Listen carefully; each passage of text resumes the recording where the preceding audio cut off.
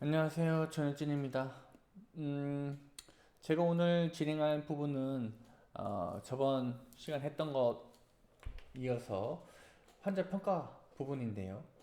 호기 환자 평가에서는 우리가 알고 있는 것처럼 1차 평가 ABC 그대로 진행할 건데, 2차 평가에서는 뭐 우리가 알고 있는 거 여기서도 마찬가지예요. 머리부터 발끝까지 진행하는 신체 검진을 통해 가지고 문제점을 확인할 겁니다. 평가 도구로서는 우리가 알고 있는 것처럼 눈으로 확인하는 시진, 손으로 만져봐서 확인하는 촉진, 그 다음에 두들겨서 확인하는 타진, 그 다음에 청진기를 통한 청진, 요 네 가지 방법들이 있을 것 같고요. 물론 문진도 있는데 문진은 이제 별도로 신체 검진은 아니기 때문에 이 네 가지를 많이 사용한다라고 보시면 되는 거고요. 그 다음에 이제 교재에 있는 내용들을 본격적으로 보실 건데, 처음에 나오는 것이 시즌이에요. 가장 정보를 빠르게 획득할 수 있는 도구라고 보시면 될 것 같고요.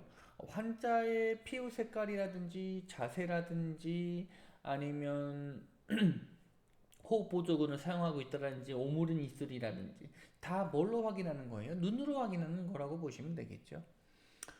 그래서 여기에 이제 특별한 요런 것들이 써져 있기는 한데 뭐 굳이 이제 보실 필요는 없을 것 같고요.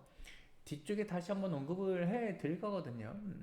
그래서 눈으로 살펴본다 라고 보시면 되겠습니다. 그런데 이제 우리가 항상 보는 거는 좌우측의 대칭은 기본적으로 보셔야 되는 거고, 앞서 얘기했던 여기 색깔이라든지 이상한 행동이라든지 뭐 오므린 입술 같은 거는 이제 정상적이지 않은 행동이죠, 그죠? 본인 스스로 기도를 확보하기 위한 행동이니까 그런 것들을 이제 유념해 주시면서 자세히 살펴봐 주시면 되겠습니다. 뭐 어려운 것들은 아니라고 보시면 될 것 같고, 그 다음에는 역시 촉진인데 여기서는 이제 흉부기 때문에 몇 가지 특이한 촉진 방법들이 들어가게 돼요. 여기 촉진 진타금, 촉감 진타금이라고 써져 있는데 말 그대로 여러분들이 이제 가슴 쪽에 물론 등 쪽에다 대시는 것도 괜찮고요. 여기 딱 대고 라고 이렇게 말을 하게 되면 가슴통이 울리게 되는데 흉곽이 진동에 의해서 움직이게 울리게 되는데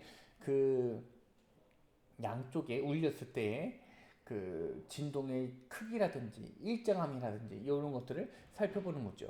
만약에 하고 있는데 여기는 진동이 잘 느껴지는 반면에 여기는 좀 잘 느껴지지 않는다거나 이런 것들이 이제 여러분들이 알고 있어야 되는 상황들인 거죠. 뭔지는 모르겠는데 우선 왼쪽에 문제가 있겠다. 혹은 잘 안 들리는 쪽에 잘 진동이 느껴지지 않는 쪽에 문제가 있겠다. 이 정도까지는 우선은 알고 계셔야 된다는 거죠. 뭐 시진하고 촉진하는 거에 관련된 것들을 보는 거고요. 그 다음에 이제 좌우 대칭, 뭐 기관 편의 이런 것들이 있는데 항상 가운데를 기점으로 정중선을 중점으로 좌우측에 동일성을 일치성을 보시는 게 좋겠죠. 그 다음 타진 이렇게 서가마디 올려놓아서 타진하는 방법들까지도 이제 확인할 수가 있는데 왜 우리는 타진을 잘 안 하냐면 여기 있는 것처럼 소음이 많은 공간에서 활동하는 응급구조사 입장에서는 타진이라는 것이 그렇게 신뢰성 높은 평가 방법이라고 볼 수는 없겠죠. 그래서 시진, 촉진, 청진 정도 그 정도만 해주셔도 되겠습니다. 그 다음에 청진은 이상폐음을 확인할 수 있는 본인의 지식 능력이 있어야 된다는 점. 그래서 제가 강의 때도 많이 대면 강의 때도 많이 이야기하는 것들 중에 하나가 뭐가 있냐면 청진은 많이 들어봐라. 그러니까 약간 그런 느낌이에요. 그 심전도 많이 보는 느낌. 에, 정상이라고 보여지는 심전도 파양이 사람마다 각기 다른데 폐음도 물론 심전도처럼까지는 아니지만 정상이라고 느껴지는 폐음이 각기 또 다를 수 있다는 점. 물론 비정상적인 폐음도 많이 들어보셔야 되겠죠. 그 다음 정상순소리 뭐 이런 글로 써져 있는 부분들이 있는데요. 요거는 글로 써서 확인해 주실 필요는 없을 것 같고 유튜브 등을 통해서 여러분들이 이 영문 단어들 치게 되면 관련된 비정상적인 호흡음을 쉽게 들을 수 있거든요. 그래서 그걸로 여러분이 확인을 해주시는 것이 훨씬 더 좋을 것 같습니다. 각각의 비정상적인 호흡음 같은 경우에는 질병에서 어떤 호흡음이 들릴 것이다 라고 이야기를 해줄 거거든요. 그때 이제 보시면 되는 거고, 뭐 팔다리 말초 정색증이나 이런 것들은 다 이야기를 해줬던 거고, 요 팔다리 부종, 뭐 패스트증 이런 말들이 있는데, 요것도 뒤쪽에서 아예 패스트증이라는 그 단락에서 다시 한번 말씀드리고 넘어가면 될 것 같고요. 그 뭐 손발 연축 같은 경우도 있는데 요거는 이제 그 칼슘에 의해서 발생하는 거거든요. 여기 보시는 것처럼 이제 과다호흡 부분에서 이런 환자가 있다라고 보시면 되는 거고 여기 중요한 것은 아닙니다. 가볍게 보고 넘어가 주시면 될 것 같아요. 우리가 보아야 될 것들 중에 하나 가장 중요하다고 저는 생각이 드는 게 이제 활력 징후가 되겠죠. 2차 평가 안에서 들어가는 것들 중에 신체 검진도 중요하고 활력 징후도 중요하다.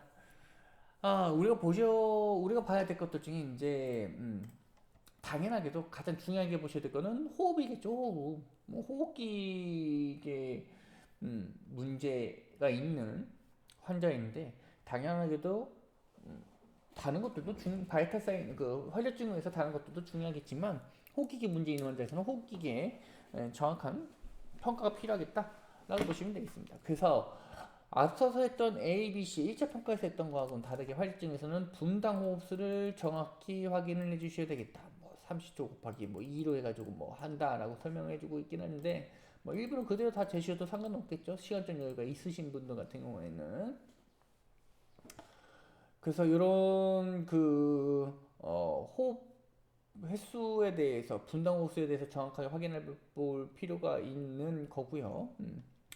여기 왜 이제 추가적으로 이제 여기서 위쪽에서 얘기해주고 있는 거는 뭐냐면 환자 호흡 곤란이 있는 환자니까 호흡기에 문제가 있으니까 당연히 정상적이지 않은 분당호흡 등을 발견할 거라는 거죠. 근데 그게 진짜로 호흡기계로 인해서 환자 호흡수가 변화가 된 건지 아니면 다른 비특이적인 원인에 의해서 발생한 건지도 조금 확인을 해봐라 라는 겁니다. 여기 위에서 있는 것들은.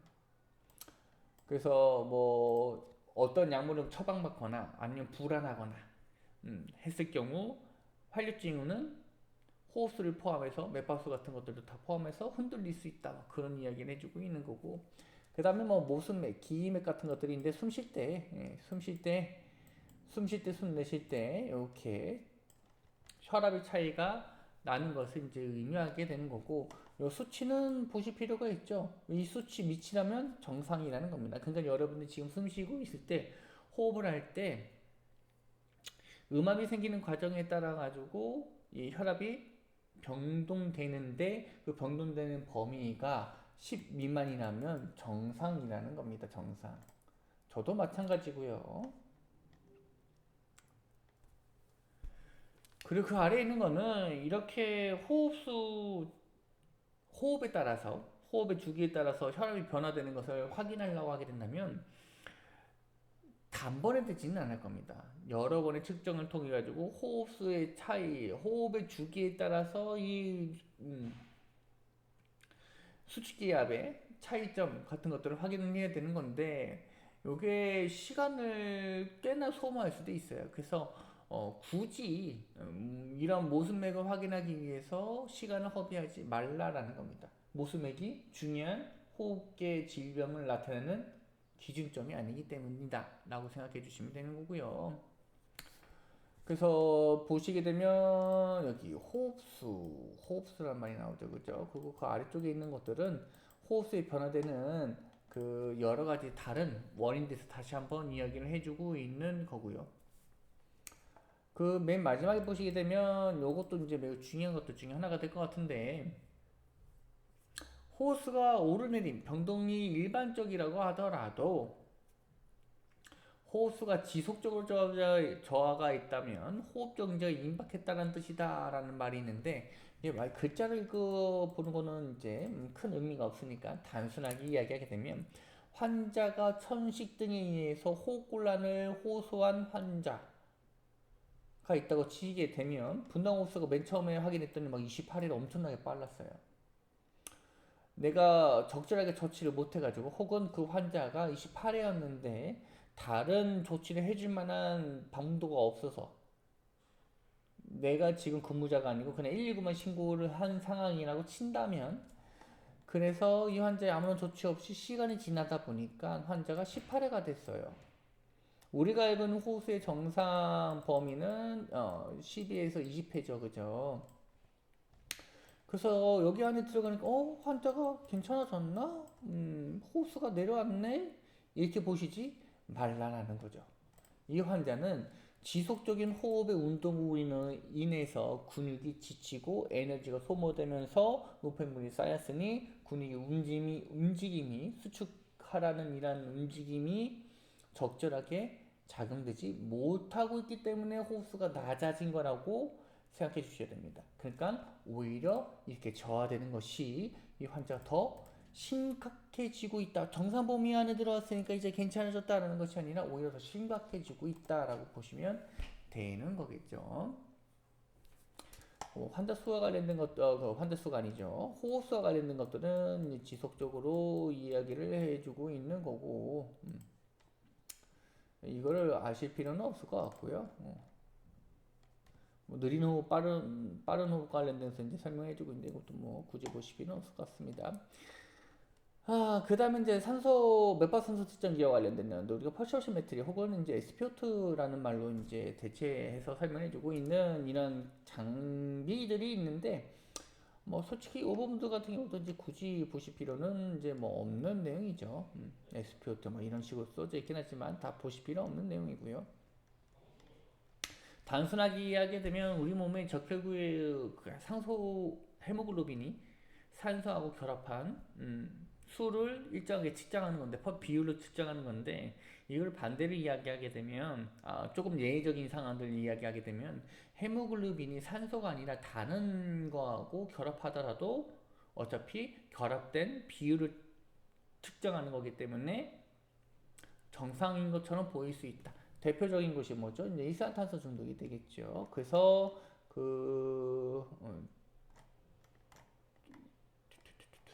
여기 보시게 되면 헤모글로빈의 헤모글로빈하고 이제 SpO2하고 또 하는데 여기 있군요.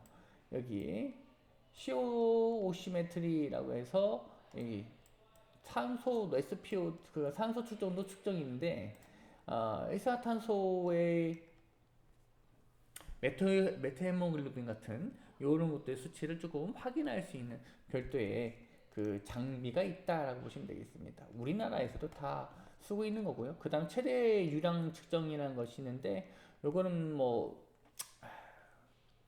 아실 필요는 없다고 생각이 들어요. 뭐 지금 여기서는 굳이 아실 필요는 없을 것 같고요. 그 다음에 혹이나 이산탄소 분화 측정술이라 가지고 뭐 캐노메트리, 그래피, 그람, 뭐 HCO2 뭐 이런 것들이 한데, 우리가 알아야 될 거는 뭐 요 정도, 요 정도 뭐 그 측정기, 측정도, 술 뭐 이런 것들이 있긴 한데, 뭐 그냥 용어의 정리이다 보니까 뭐 그렇게 중요하다라고 보여지진 않아요. 실질적으로 말씀드리면 그 사람이 이야기하는 것이 ETC였든지 아니면 킬로그래프인지라는 정도까지만 알고 계시면 되지 않을까 싶어요. 단순하게 조금 가볍게 이야기하게 되면 여기 연소, 이거 끝에, 끝이라는 소리는 뭡니까? 일시적인 숫자에, 여기는 숫자가 연속으로 계속 나오고 있기 때문에 그리프로 나오는 반면 이 티셔츠는 숫자, 농도기 때문에 숫자가 나올 것이다 라고 보시면 되는 거죠. 그 차이죠. 뭐 그리고 얘는 연속이고 얘는 일정한 시점에서 점을 딱 찍었을 때 측정되는 숫자인 거고요. 그 차이입니다. 그 차이. 그렇게 아래 뭐 그렇게 중요하게 보실 필요는 없을 것 같고요. 여기 부분들은 뭐 생략적인 부분들하고 해박적인 부분들이 조금 나와져 있는데, 뭐 그렇게 뭐 자세하게 보실 필요는 없어요. 뭐 옛날에는 뭐 산소는 뭐 헤모글로빈하고 결합하고 뭐 이산탄소는 뭐 글로빈하고 결합해가지고 막 이렇게 막 다 이동한다라는 식으로 이제 여러분 배우셨겠지만, 우리가 지금 뇌과질환을 배울 때는 그 부분들은 잠깐 잊으셔도 크게 상관은 없다라는 이야기입니다. 그래서 EtCO2 그 다음에 동맥 내 이산화탄소 분화 해가지고 PaCO2, EtCO2 다른 이야기죠. 그죠? 여기 동맥에 얼마큼 있느냐 혹은 그리고 EtCO2는 내가 내리는 끝에 맨 마지막 끝에 EtCO2의 농도가 얼마큼이냐 뭐 이런 이야기가 되는 거고요. 그리고 이제 펫 CO2 같은 경우도 있고 그 아래에 있는 것들도 있긴 한데 솔직히 뭐 다 중요하다라고 볼 수는 없는 내용들일 것 같아요. 요 정도만 알고 계시면 되죠 뭐. 아 요거는 이제 보셔야 되긴 한데 EtCO2가 0까지 급속하게 합격하는 거 이렇게 쭉 해서 0이 바로 돼버리는 이런 상황입니다. 시돈의 사건이 되어져 있거나 환기장치가 연결되지 않거나 그러니까 장비 대부분 이제 우리가 확인했을 때 갑작스럽게 급감하는 이런 수치들은 이렇게 느슨하게 이렇게 수치가 가라앉는 것이 아니고 이렇게 급감하는 것들은 대부분 이제 장비의 문제가 있을 가능성이 좀 높기 때문에 한번 좀 확인을 해 보시면 되는 거고요. 그래서 이런 것들이 있겠다. 그러면 이걸 의학적으로 살펴보게 되면 의학적인 문제는 요거 하나겠네요. 그죠? 갑작스럽게 기존의 삭간이나 식돈의 삭간으로 인해 가지고 뭐가 들어가지 않는다. 산소가 바깥으로 나오지 않아서 기계 안에 들어오지 않아서 EtCO2 들어오질 않을 거니까 식도는 기계 내에 들어오지 않아서 0으로 측정되는 상황. 0은 아니지만 하강하게 되는 경우 아까 전에 얘기했던 것처럼 이렇게 되는 것들인데 요 같은 경우에는 환기 체계 내 누출 폐쇄라는 말인데 이제 시스템이니까 이것도 기계적인 문제 뭐 호수가 중간에 구멍이 뚫렸다거나 아니면 그 체계를 잘못돼 가지고 호수 결합 부분에서 이제 공기가 조금씩 새고 있다거나 뭐 그런 것들이 될 수 있는 거고요. 이것도 이제 아까 전에 얘기했던 거랑 거의 비슷하다라고 보시면 될 것 같고 의학적인 거는 맨 밑에 있는 거 하나 부분적인 기도 폐쇄가 있을 경우에는 지속적으로 하강할 수 있겠다. 여기에는 이제 기도 폐쇄 이물질이나 기도 폐쇄도 있겠지만 분비물에 의해서 호흡이 적절하지 않을 때에도 EtCO2가 하강할 수 있다라고 보시면 되는 거고요. 그 다음에 기하급수적 하강, 그러니까 얘는 이렇게 하강했는데 얘 같은 경우에는 이제 EtCO2의 농도가 어떻게 확인한다? 우리가 이제 EtCO2 이렇게 보잖아요, 그죠? 이게 갑작스럽게 이렇게 하강하는 것들을 이제 의미하게 되는 거죠, 그죠? 그래서 보시게 되면 폐쇄전증, 그 다음에 저혈압, 심한 과항기 같은 것들이 이제 여기 안에 해당이 될 수 있겠다라고 보시면 되는 거고, 그 다음에 CO2의 기본선 변화, 측정이 오류가 되거나 분석기계 내 물방울, 이거는 우리의 문제적이 아닌 거죠, 그죠? 그 다음에 기계적인 실패, 환기장비에서의 기계적인 문제가 생기게 되면 우리가 EtCO2의 농도 이렇게 측정하게 되는데 이 베이스라인 자체가 망가지게 되는 것들은 다 대부분 의학적인 문제는 아니더라 뭐 그런 이야기를 해주고 있는 거고요. 그 다음에 이제 EtCO2의 급속한 상승은 이제 원래 뭐 이렇게 그냥 이렇게 측정됐던 것들이 갑자기 쭉 올라가서 이렇게 떨어지더라 뭐 이런 것들이 되겠죠, 그죠? 갑자기 쭉 올라가더라 이런 것들이 이제 여기 안에 해당이 됩니다. 그래서 폐쇄되었던 폐 부분까지 환기가 가능해지거나 폐쇄되었던 부분이니까 뭐 여러 가지 것들이 있을 수 있겠어요. 뭐 예를 들게 되면 순환과 관련돼 가지고 폐 단락이 있을 수도 있겠죠, 그죠? 폐 단락 때문에 일조 부분 순환이 잘 안 되다가 이제 갑자기 뚫렸으니까 폐에 환기되는 부분들이 이제 증가했겠죠. 그래서 남아있던 쌓여있던 이산화탄소가 급격하게 증가하게 되거나 지혈제를 풀었을 때도 마찬가지고 혈압이 급속적인 상승일 때도 이제 마찬가지로 이산화탄소의 배출량이 높아질 수 있겠다라고 보시면 되는 거고 그 다음에 EtCO2의 점진적인 저하가 있을 경우에는 저혈량증 이거하고 반대죠, 그렇죠? 저혈량증이니까 뭐 이거 그냥 저혈압이라고 보셔도 되겠죠, 저혈압. 그래서 올라가는데 얘는 떨어지는 거니까 그래서 혈량이 부족하거나 심박출량이 이건 두 개 다 같이 보셔도 되겠는데 저하되거나 그 다음에 체온이 떨어지거나 혹은 대사작용이 떨어지거나 하게 되면 우리 몸의 대사작용이 떨어지거나 저체온증 같은 경우에는 또 비슷한 내용이 될 것 같기는 해요. 그래서 생성되는 ETCO2의 양 자체가 줄어든다라고 보시면 되겠죠. 위에서 했던 거하고는 조금 다른 내용이에요. 그죠? 요거하고는 좀 다른 겁니다. 그러니까 위에서 했던 내용들은 뭐였냐면은 이제 ETCO2가 생성되는 거는 그대로였는데 바깥으로 내보내지 못한 상황이라고 보시면 될 것 같고요. 요거 같은 경우에는 지금 ETCO2로 얘기하면 안 되죠. 이산화탄소의 생성 자체가 저하된 상태이기 때문에 내뱉는 거 아무리 내가 열심히 내뱉어봐야 그 숫자는 저하되어져 있다라고 보시면 되는 거고, 그 다음에 점진적인 상승 같은 경우에는 또 반대되는 거 생각해 주시면 되겠죠. 체온이 상승함에 따라서 대사율이 높아지게 되면 CO2의 양이 많아질 수밖에 없을 거니까 그건 뭐 이거는 당연한 이야기인 거고, 내가 직접적으로 흡수를 했으니까 높아질 수밖에 없는 것들. 그리고 이제 기도 폐쇄 같은 경우도 있을 수 있겠다. 그러면 이제 여러분들이 의문점을 가지셔야 될 거는, 야, 올라가는 거 내려가는 거 두 개 다 똑같은데 이거 뭐 우리가 어떻게 확인하라는 소리냐, 요 말이 나오셔야 되는 겁니다. 그래서 부분적인 그 ETCO2가 하강하는 부분들이 있고 상승하는 부분들이 요 부분적인 기도 폐쇄에서 모두 다 발생하게 되는데, 여러분들이 생각했을 때 기도에서 어떤 거에 딱 부분적으로 막혀가지고 숨이 왔다 갔다 할 거예요. 처음에 들어오는 거 나가는 거 모두 다 어떻게 되죠? 처음에는 들어온 거 나가는 거 모두 다 감소한다고 칩시다. 감소한다 라고 하게 되면 당연하게도 ETCO2는 기본적으로 하강할 겁니다. 나가는 것도 줄어들고 들어온 것도 줄어든다면 이제 이렇게 하강할 건데, 상승된 거는 그럼 언제 상승할 거냐? 똑같이 적어진 양으로 들어왔다 나갔다 하는데 문제가 되는 건 뭐예요?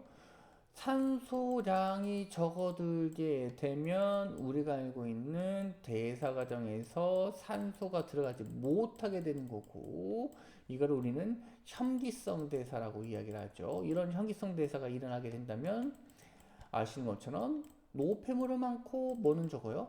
에너지는 적은 상태가 되겠죠. 그죠? 요게 발생하게 되면 에너지 생성은 적어지면서 노폐물은 많아지니까 이렇게 점진적으로 상승하게 된다라고 보시면 되겠죠. 뭐 이산화탄소 관련된 내용들, 여기 비세기 장치와 관련된 것들, 이건 색깔이 변하는 거거든요. 뭐 이런 것들이 있다, 뭐 전자장치가 있더라, 뭐 그런 이야기들이 있는데 뭐 굳이 보실 필요는 없고, 이 호기발 이산화탄소 분화 측정도 이렇게 해서 A, B, C, 그 다음에 뭐 C, D 뭐 이런 것들이 있긴 한데, 요 부분에서 뭐 이렇게 어려운 부분들이 없으니까 가볍게 이야기를 해 보도록 합시다. 요거는 5개의 점이 있거든요. 이 그래프를 보면서 이야기를 하는 게 맞지 않을까 싶어요. 그래서 요 그림이거든요. 요 그림 보시게 되면 A, B라고 해서 흡기, 말, 그리고 초기, 호기 이렇게 써져 있을 거예요. 그래서 요 부분이 숨을 들이쉬는 부분이구나. 들이셨다가 이제 여기까지 숨을 들이셨다가 흡기셨다가 그 다음에 내뱉는 곳이구나 라고 보시면 돼요. 그래서 일반적으로 한 3, 4배 정도가 차이가 난다. 흡기하고 호기가.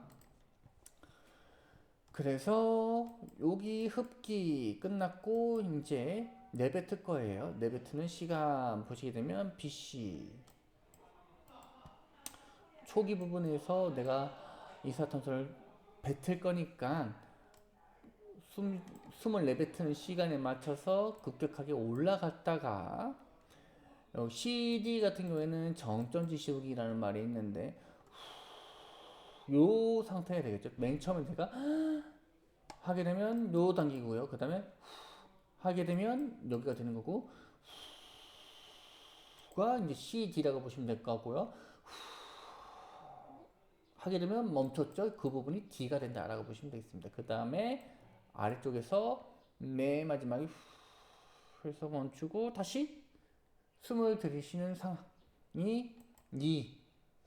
이렇게 하면 여기가 2가 되겠죠, 그죠? 그래서 이렇게 이산화탄소의 농도가 숨에 따라서 호흡에 얼마큼 분포되어져 있는가, 분압이 어떻게 되어져 있는가에 대한 기술이라고 보시면 되겠습니다. 그래서 흡기, 초기 내뱉는 호기, 그 다음에 지속적으로 내뱉는 호기, 그 다음에 마지막 호기, 숨의 끝이라고 보시면 되겠네요. 그죠? 그렇게 보시면 될 것 같고. 요 점이 뭐다? 굵게 쳐져 있는 점이 ETCO2다.